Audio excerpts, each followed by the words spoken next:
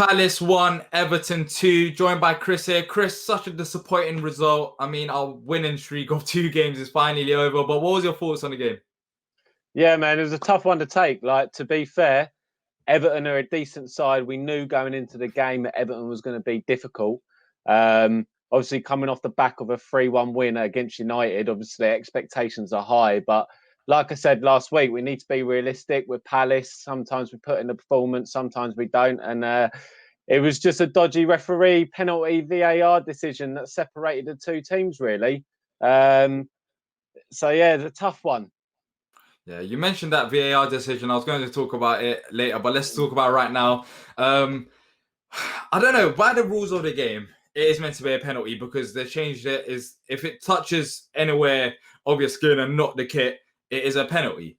But they didn't use common sense in these rules. And the reason why I'm saying that is because Joe Ward can't react to that. What can he do? The ball is blasted out of his hand. At this point, you might as well start taking shots from outside the box and you get a better chance of having a penalty, because if it hits one of their hands or the defender's hand, it's going to be a penalty. I don't understand it. All right, the rules are the rules, but common sense. Where's the common sense in these laws? Yeah, this has been my problem with VAR. I just feel like I've played a bit of football, not to a high standard or whatnot, but it sort of like amazes me that I just feel like with VAR, there's just non-footballing brain people operating it. Like when you're playing football, there's natural body positions that your body will take, and when the VAR decisions are being made, I don't think necessarily they look at that. Like to be fair, there was 2 VAR decisions against us. I thought the first one, if they gave that, it was an absolute joke. Yeah, there was never a penalty, and then the second one,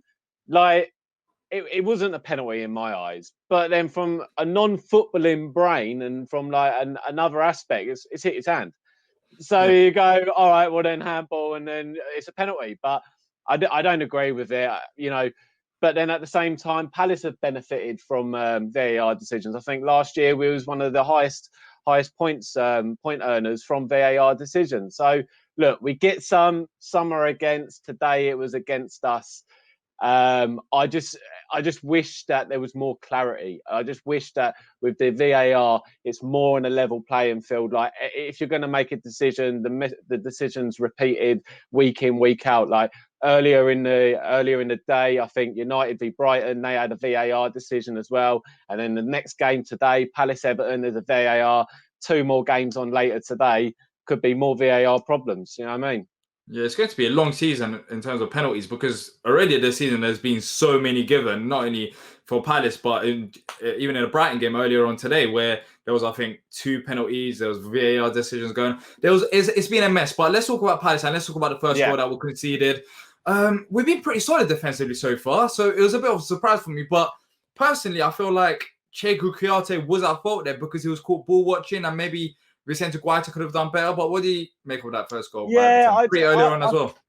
Yeah, to be fair, I thought the commentators were a bit harsh on Mitchell, and again, we got to remember this is a young guy that's come through the academy. He's not been exposed to much football, like especially at this level. 6 or 7 games in, again, he's up against someone in like Rodriguez's caliber, another worldie, and I don't think he did too much wrong on the first goal. Like, okay, he'll just learn from it. I'm not going to be critical. And then I've been a goalkeeper. That was my position. So talking about Vicente Guaita's position, and maybe he could have saved it. Look, when a striker's shooting from 6 yards out, I'm telling you now, a goalkeeper's just going to dive the natural way. He's dived the natural way. If maybe he was a little bit bigger, he would have hit his chest or something. It just went straight through his hands. His reaction. He was maybe just a little bit slower on his reactions, but I can't be too critical on that first goal. I just thought it was a good bit of play from Everton, really. Rodriguez was in the middle and we got undone. Exactly. Rodriguez was a player that I mentioned on the opposition preview that we had to watch out for, because when you look at players like him, they don't have to make runs. It's just a killer passes. He didn't get the final assist, but he set that all up. It started from Rodriguez, and then we go into the second half. Pretty much we controlled the second half. We've controlled it. But in terms of actually creating chances in front of goal, we didn't do much with it, with the ball. Mm. We had it, but in terms of the final third, there was that lacking edge. And you mentioned it last week. You talked about Jeffrey Schlupp being the underrated player. Do you think that we missed him today? Yeah, I do. I feel like, straight away, obviously the lineups come out, everyone's saying Schlupp missing, Eze straight in. So it's like, yeah, Eze's playing, happy days. Like, we all want to see Eze play at the end of the day. But Jeffrey Schlupp's warranted his position there. And I think if Schlupp was fit, there's no need for any Palace fan to argue if Schlupp was in the starting lineup, because we've just come off the back of a 3-1 win up at United. Why change a winning lineup? So I do think we missed Schlupp. Eze obviously came into the fold, and I think that he brought something a little bit different. Not sort of like the mazy run direct that Schlupp does, but he certainly, put himself about. He was tracking back. He had a nice bit of skill on him, bit of composure on him. But yeah, I do feel like we missed Schlupp a bit. And, I think a lot of Palace fans might be a little bit surprised hearing that and whatnot. And it's like, we've got other players. Now, Schlupp's quite important to us. And I think we probably saw him missing today, because Everton's midfield three, I think that they probably had both MacArthur and McCarthy in their pockets a little bit, really. I was very impressed with Allen. I thought he did his business quite nicely. And Palace just sort of missed that gap from midfield to strikers. Like when we transform into that second part of the field and whatnot, that's where Schlupp comes into play. And Schlupp can either play on the wing or be in the middle. Eze was a little bit isolated. I don't know whether he, a little bit of nerves starting the first game, but yeah, I do feel like we missed him a bit today. Yeah, I think Eze is more technically gifted than Schlupp, but the thing with Schlupp is that he has a pace. No one can match it, even off the bench. When we took off Eze, which I don't know what you made of that, Eze came off for Batshuayi. When we took off Eze, there was no one really that can match Schlupp's pace, and that's why I feel like we still need another player.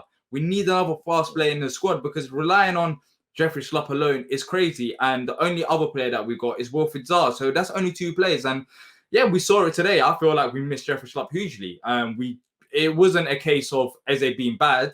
He played his game, but the game that's been working for us in the final two games has been counter-attacking football, and we wasn't able to do that with Eze because he simply hasn't got the pace of Jeffrey Schlupp. But Eze still had a positive performance. But looking ahead to the Chelsea game, we didn't make any changes to the lineup. Jordan Ayew, once again, I wasn't personally a massive fan of his performance. He's had a quiet game. But any other changes, and what's your thoughts?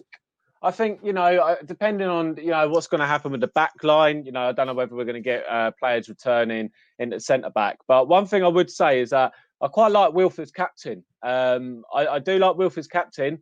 So, I'd look at keeping Wilf as captain. The only thing I'd say about Wilf today is I think the yellow card early on hindered his sort of game. I think, normally you see a little bit more aggression coming from Wilf, and that early yellow, being captain, he's obviously had to reel it in a little bit. It's like, I'm going to show from captain leadership. So next week, I think against Chelsea, I would maybe look at starting Batshuayi now, maybe. Oh, and actually Batshuayi can't play against them, can he? So I would actually keep probably the same team. If Schlupp's back, replace Eze with Schlupp. But I think it would probably be the same. Maybe hit them on the counter-attack a little bit more with Chelsea. Chelsea are playing a little bit later on today. I think from like a fantasy league perspective, everyone's like a little bit intrigued to see how their attacking players play and what points they're going to score. So yeah, I'd keep it as it is with Palace, if I'm being honest. It was nice to see Benteke come off the bench today. It's another option with two Belgium strikers up top, Benteke and Batshuayi, but obviously Batshuayi can't play next week. So yeah, keep it as it is, really. Yeah, we'll see what happens next week. But Palace lost their first game of the season. Thank you for joining me, Chris. Hopefully next week we'll talk about more goals and maybe a surprise Palace result. Yeah, maybe. Hey, look, we scored from a corner this week. Exactly. That was a result. All right, cheers.